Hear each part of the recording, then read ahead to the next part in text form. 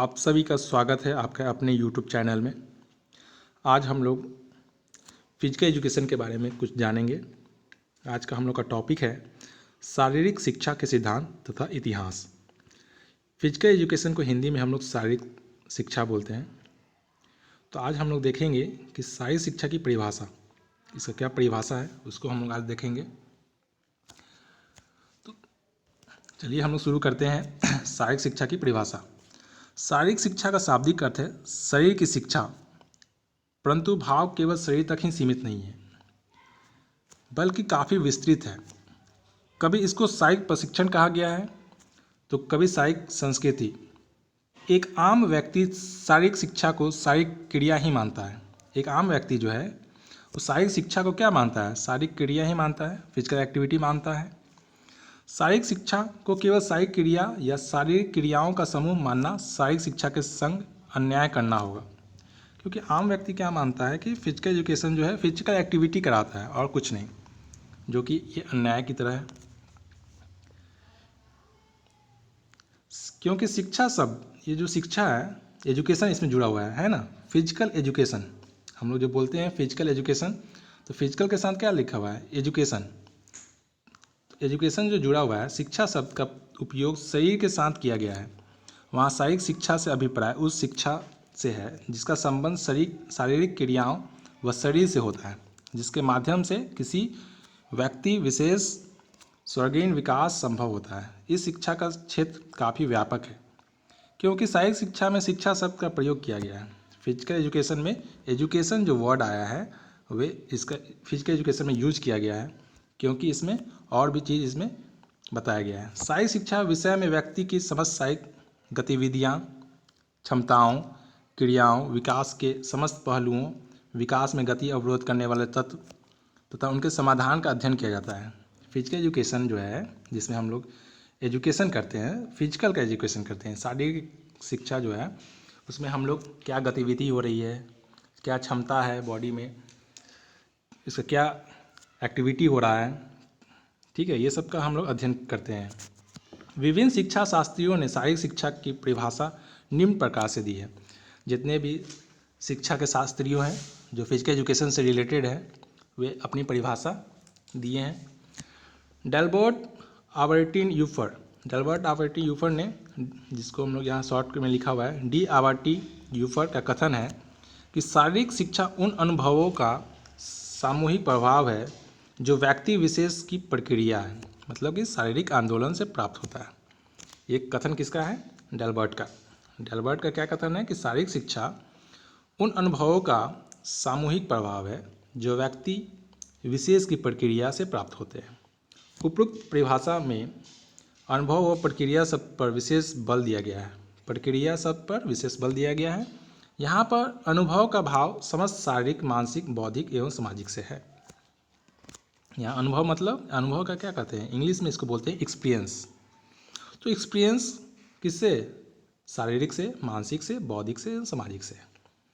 फिर दूसरा इतिहासकार बोले हैं क्या? रोजाल्ड कैसरिन के अनुसार शारीरिक शिक्षा व्यक्ति के भीतरी अनुभवों के कारण व्यक्ति विशेष में होने वाले परिवर्तनों के कुल जोड़ का शारीरिक शिक्षा कहते हैं। मतलब इसने कहा है, रोजालैंड कैसिडी के अनुसार शारीरिक शिक्षा व्यक्ति के भीतरी अनुभवों के कारण व्यक्ति विशेष में होने वाले परिवर्तनों के कुल जोड़ को शारीरिक शिक्षा कहते हैं। अब देखिए तीसरे, जेवी नेस के अनुसार शारीरिक शिक्षा के संपूर्ण क्षेत्र का वह भाव जिसका संबंध बृहत पेशी प्रक्रियाओं तथा उनसे संबंधित अनुक्रियाओं के साथ है। नेक्स्ट है चार्ल्स ए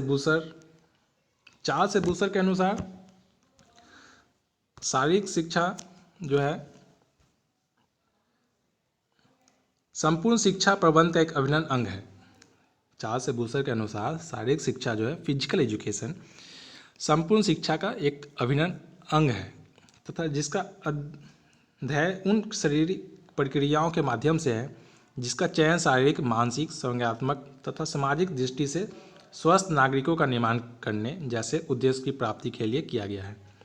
इसका कथन जो है देखिए बहुत अच्छा है कि इनका जो है चयन शारीरिक, मतलब हम लोग चयन करते हैं ना, शारीरिक के लिए, मानसिक के लिए, सामाजिक दृष्टि में स्वस्थ नागरिकों का निर्माण करना है। ठीक है, तो सामाजिक दृष्टि में स्वस्थ नागरिक होना चाहिए, हेल्दी। ठीक है, ब्राउन वेल के अनुसार इस संदर्भ में कहते हैं कि शारीरिक शिक्षा फिजिकल एजुकेशन उन संतुलित अनुभवों का जोड़ है जो व्यक्ति को बहुत पेशी प्रक्रियाओं में भाग लेने से प्राप्त होते हैं। बहुत सारे प्रक्रिया में भाग लेने से प्राप्त होते हैं, पार्टिसिपेशन करना, एवं उनकी अभिवृद्धि एवं विकास को चरम सीमा तक बढ़ाते हैं। उनके अभिवृद्धि और विकास जो है उसके चरम सीमा तक बढ़ाते हैं, मतलब बहुत आगे तक बढ़ाते हैं। भारतीय शारीरिक शिक्षा तथा मनोरंजन के केंद्रित सलाहकार बोर्ड की परिभाषा के अनुसार, मतलब कि भारत में जो है शिक्षा बोर्ड जो है, मनोरंजन जो है, उस बोर्ड के अनुसार शारीरिक शिक्षा ही यह वह शिक्षा है जो बच्चे के संपूर्ण व्यक्तित्व एवं उसकी शारीरिक प्रक्रियाओं द्वारा शरीर, मन, आत्मा को पूर्ण रूपेण विकास हेतु दी जाती है। जो भारतीय शारीरिक शिक्षा का मनोरंजन का जो सलाहकार बोर्ड है, ऑफिस जो है भारतीय शारीरिक शिक्षा का, उसने अच्छी बात बताई है कि शारीरिक शिक्षा ही है, यह वह शिक्षा है जो बच्चे के संपूर्ण व्यक्तित्व, उसकी शारीरिक प्रक्रियाओं द्वारा शरीर, मन, आत्मा को पूर्ण रूपेण विकास दी जाती है। मतलब कि ऑल ओवर डेवलपमेंट, मतलब बॉडी का डेवलपमेंट होना चाहिए, है ना, सोल का होना चाहिए, मन का, सब कुछ का ये शिक्षा के बारे में बताता है। चलिए आगे हम देखते हैं। इन सभी परिभाषाओं के परिणाम स्वरूप निम्न विश्लेषण प्राप्त होते हैं जो इस प्रकार है। मतलब जितने भी फिजिकल एजुकेशन के इतिहासकार ने बताया है, अपना अपना परिभाषा दिया है, उसमें विश्लेषण प्राप्त हुआ है जो इस प्रकार है कि शारीरिक शिक्षा के उद्देश्य के अंतर्गत व्यक्ति को सर्वांगीण विकास होता है। मतलब फिजिकल एजुकेशन से क्या होता है, व्यक्ति का विकास होता है, डेवलप करता है। शारीरिक शिक्षा में शारीरिक विकास के साथ साथ मानसिक एवं सामाजिक गुणों का भी विकास होता है। फिजिकल एजुकेशन से क्या होता है कि आप शारीरिक विकास के साथ साथ मानसिक विकास भी होता है, हेल्दी बॉडी भी होती है ना, मेंटल भी डेवलप करता है। दूसरा क्या है, शारीरिक शिक्षा का माध्यम शारीरिक प्रक्रिया ही है। शारीरिक प्रक्रिया से आशय बहुत पेशी क्रियाओं से है जिनसे शरीर के समस्त अवयव का उचित विकास होता है। शारीरिक शिक्षा जो फिजिकल एजुकेशन जो इंग्लिश में बोलते हैं, उसे शारीरिक प्रक्रिया है। ठीक है, शारीरिक प्रक्रिया से आशय बहुत पेशी क्रियाओं से है जो समस्त उचित विकास करता है। शारीरिक शिक्षा सामान्य शिक्षा का ही एक अभिन्न अंग है। फिजिकल एजुकेशन जो है दूसरे सब्जेक्ट की तरह ही एक अभिन्न इसका अंग है। आज की शारीरिक शिक्षा सुनियोजित तथा वैज्ञानिक सिद्धांतों पर आधारित है। अभी जो फिजिकल एजुकेशन हम लोग पढ़ते हैं ये किस पर, वैज्ञानिक सिद्धांत पर आधारित है, जिनमें प्रक्रियाओं का चयन व्यक्ति के विकास के लिए होता है। जो भी प्रक्रिया करते हैं, पार्टिसिपेशन जो करते हैं, उसका चयन जो होता है विकास के लिए किया जाता है ना, जो कि बच्चे के पैदा होने से आरंभ होकर मनुष्य के अंतिम समय तक सक्रिय बनी रहती है।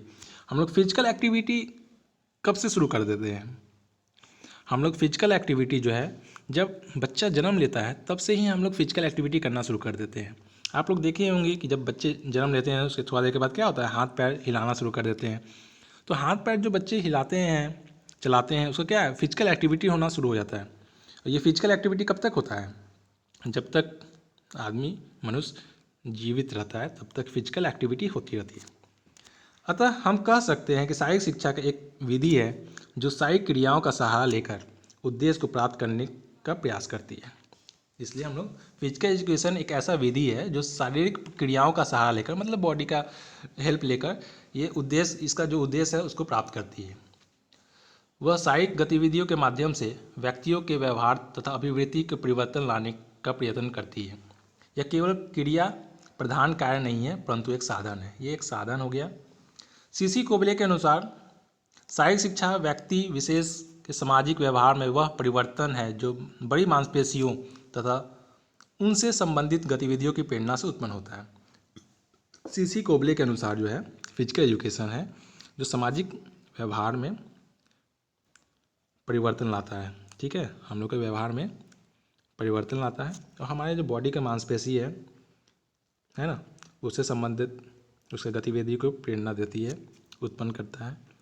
तो आज हम लोग फिजिकल एजुकेशन का जो सिद्धांत है उसका परिभाषा हम लोग देखे हैं कि जितने भी फिजिकल एजुकेशन के जितने भी सिद्धांत हैं उसने क्या क्या बताया है, अपना अपना क्या क्या परिभाषा दिया है, उसको आज हम लोग देखे हैं। हम लोग नेक्स्ट पार्ट 2 में हम लोग फिजिकल एजुकेशन का कुछ उद्देश्य देखेंगे, क्या उसका एम क्या है, लक्ष्य क्या है, उसको हम लोग जानेंगे पार्ट 2 के वीडियो में। ठीक है, आज हम लोग केवल देखे हैं शारीरिक शिक्षा के परिभाषा, और हम लोग फिजिकल एजुकेशन का हिस्ट्री पे भी जाएंगे कि फिजिकल एजुकेशन का हिस्ट्री क्या है, कि कहाँ से ये शुरुआत हुआ था, कैसे हुआ था, ये सब।